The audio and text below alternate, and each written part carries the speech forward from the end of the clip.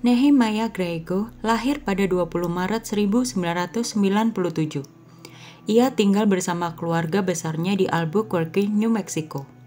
Nehemiah merupakan anak ketujuh dari 10 bersaudara. Beberapa orang yang mengenal Nehemiah mengatakan bahwa ia anak yang normal dan tidak terlihat ada yang aneh dengannya. Ia juga diketahui adalah seorang atlet dan juga musisi yang berbakat. Nehemiah dan keluarganya merupakan umat Kristiani yang taat. Ia juga adalah pengurus aktif di gerejanya. Oleh karena itu, ia sering bepergian dengan ayah dan kakak laki-lakinya ke Meksiko untuk mengikuti kegiatan misionaris dan misi membantu sesama. Nehemiah mempunyai cita-cita menjadi seorang tentara seperti ayahnya. Ia juga sering berfoto menggunakan seragam milik ayahnya. Ayah Nehemiah, Greg Griego, adalah orang yang cukup dikenal di South Valley area.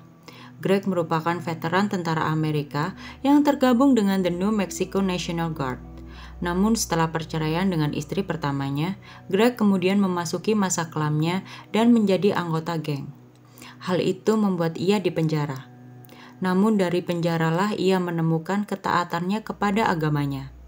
Setelah dibebaskan dari penjara, Greg kemudian menjadi pastor di sebuah gereja di Albuquerque.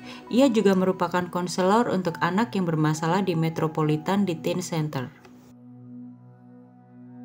Ibu dari Nehemiah, Sarah Griego, adalah seorang yang juga sangat taat kepada agama. Menurut orang-orang yang mengenal Sarah, ia merupakan seseorang yang menyukai sejarah, Injil, musik lawas, dan juga binatang. Ia merupakan seorang ibu rumah tangga, namun ia juga merupakan guru untuk anak-anaknya yang mengikuti kelas homeschooling. Melihat dari lingkungan dan juga orang tua seorang Nehemiah, sangat tidak terbayangkan ia melakukan hal yang sangat mengerikan ini. Pada malam yang naas itu, tepatnya 18 Januari 2013, di sebuah rumah tinggal mereka di Long Lane, Nehemiah yang pada saat itu berusia 15 tahun diketahui mempunyai argumen dengan ibunya. Oleh karena hal itu, ibu Nehemiah, Sarah, menyuruhnya untuk tidur lebih awal. Dengan keadaan marah, Nehemiah menuruti kata ibunya. Namun sekitar tengah malam, Nehemiah yang ternyata masih terjaga mempunyai rencana lain. Menurut laporan polisi, pada tengah malam saat semua orang sedang tidur, Nehemiah memasuki kamar tidur orang tuanya dan kemudian mengambil sebuah senjata api milik ayahnya. Ia kemudian yang saat itu sedang tidur di samping saudara laki-lakinya, Zefania. Zefania yang saat itu terbangun melihat ibunya yang sudah meninggal, kemudian menangis. Melihat hal itu, Nehemiah kemudian mendengar dua adik perempuannya menangis karena suara tembakan. Ia kemudian pergi ke kamar tidur dua adik perempuannya. Tanpa berpikir panjang, perempuannya itu. Nehemiah juga sempat mengambil foto ibunya yang telah tak bernyawa dan mengirimkannya ke pacarnya yang berusia 12 tahun. Setelah itu Nehemiah kemudian turun ke lantai bawah dan menunggu ayahnya kembali ke rumah. Saat kejadian naas itu, sang ayah sedang bekerja dalam shift malam di sebuah homeless center. Nehemiah mengganti senapan kaliber dua-duanya dengan senapan semi-automatic milik ayahnya, sambil menunggu kepulangan ayahnya pada jam 5 pagi. Setibanya sang ayah di rumah itu, Nehemiah kemudian berapa kali. Setelah kekejaman yang telah ia perbuat, Nehemiah kemudian pergi ke rumah pacarnya. Setelah menghabiskan beberapa waktu di rumah pacarnya itu, mereka lantas pergi ke gereja. Setibanya di gereja, para anggota gereja mulai curiga melihat hanya Nehemiah yang datang tanpa keluarganya. Para anggota gereja kemudian menanyakan keberadaan keluarganya kepada Nehemiah. Ia lantas mengatakan bahwa keluarganya telah meninggal karena seseorang telah memasuki rumah mereka dan membunuh semua anggota keluarga. Mengetahui hal itu, salah satu anggota gereja dan pensiunan detektif yang juga anggota gereja lantas mengantarkan Nehemiah untuk pulang. Namun dalam perjalanan, pensiunan detektif itu merasa ada yang tidak beres dengan Nehemiah, lalu menelpon polisi.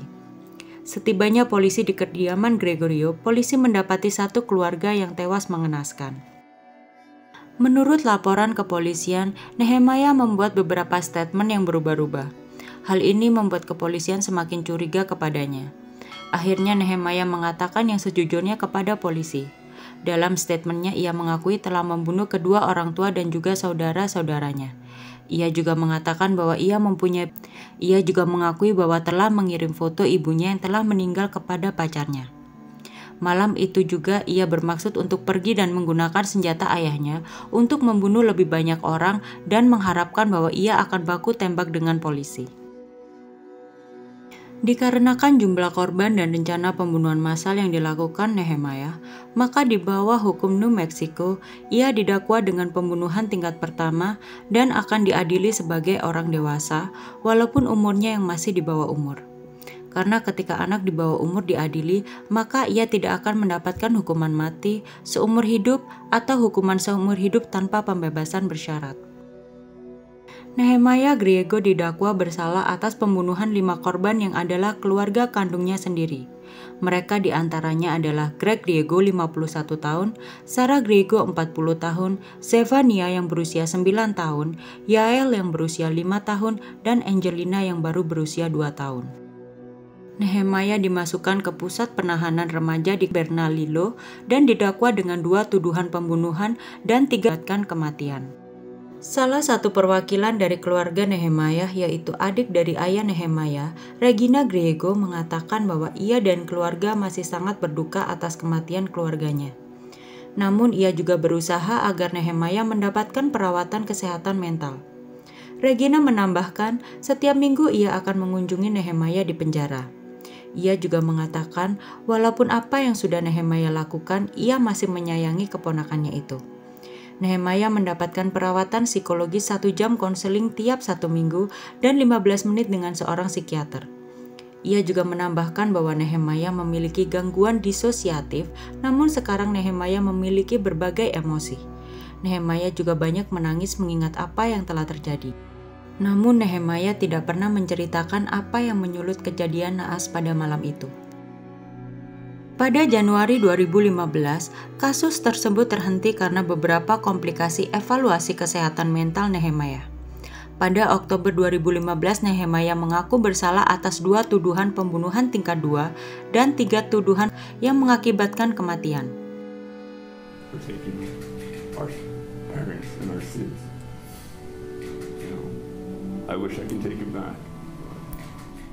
Pihak kepolisian juga mengatakan bahwa Nehemiah telah merencanakan pembunuhan selama berhari-hari.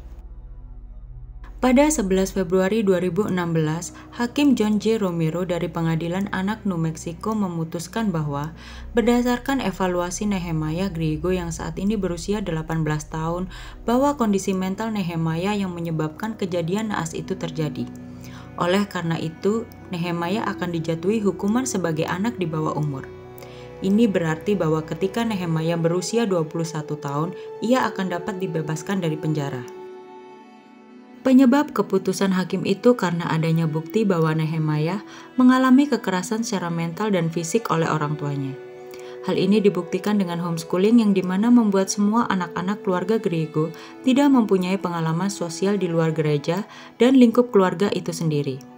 Dan sebuah tes MRI juga diambil dengan melihat kondisi otak Nehemiah yang menunjukkan bahwa adanya bekas trauma pada otak Nehemiah. Namun tidak ada pembuktian apakah orang tua Nehemiah yang melakukan tindakan itu.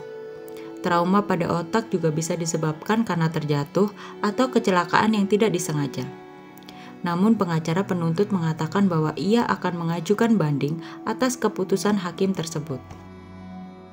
Pada Agustus 2019, Hakim Alisa Hart mengajukan perintah setebal 75 halaman di Pengadilan Negeri 2 yang menyatakan pembatalan perintah pengadilan atas Nehemiah Griego yang diadili sebagai anak di bawah umur. Alisa Hart menemukan bahwa pada usia 22 tahun, ia tidak dapat menerima perawatan atau rehabilitasi di fasilitas yang tersedia. Nehemiah Griego akhirnya dijatuhi hukuman penjara 3 kali seumur hidup atau setidaknya kurungan penjara selama 30 tahun sebelum memenuhi syarat untuk pembebasan bersyaratnya. Oleh karena pengadilan tidak bisa memastikan apakah Nehemiah cukup terkendali ketika ia keluar dari penjara. Sampai di sini dulu cerita kita kali ini. Sampai jumpa di cerita selanjutnya. Stay tune.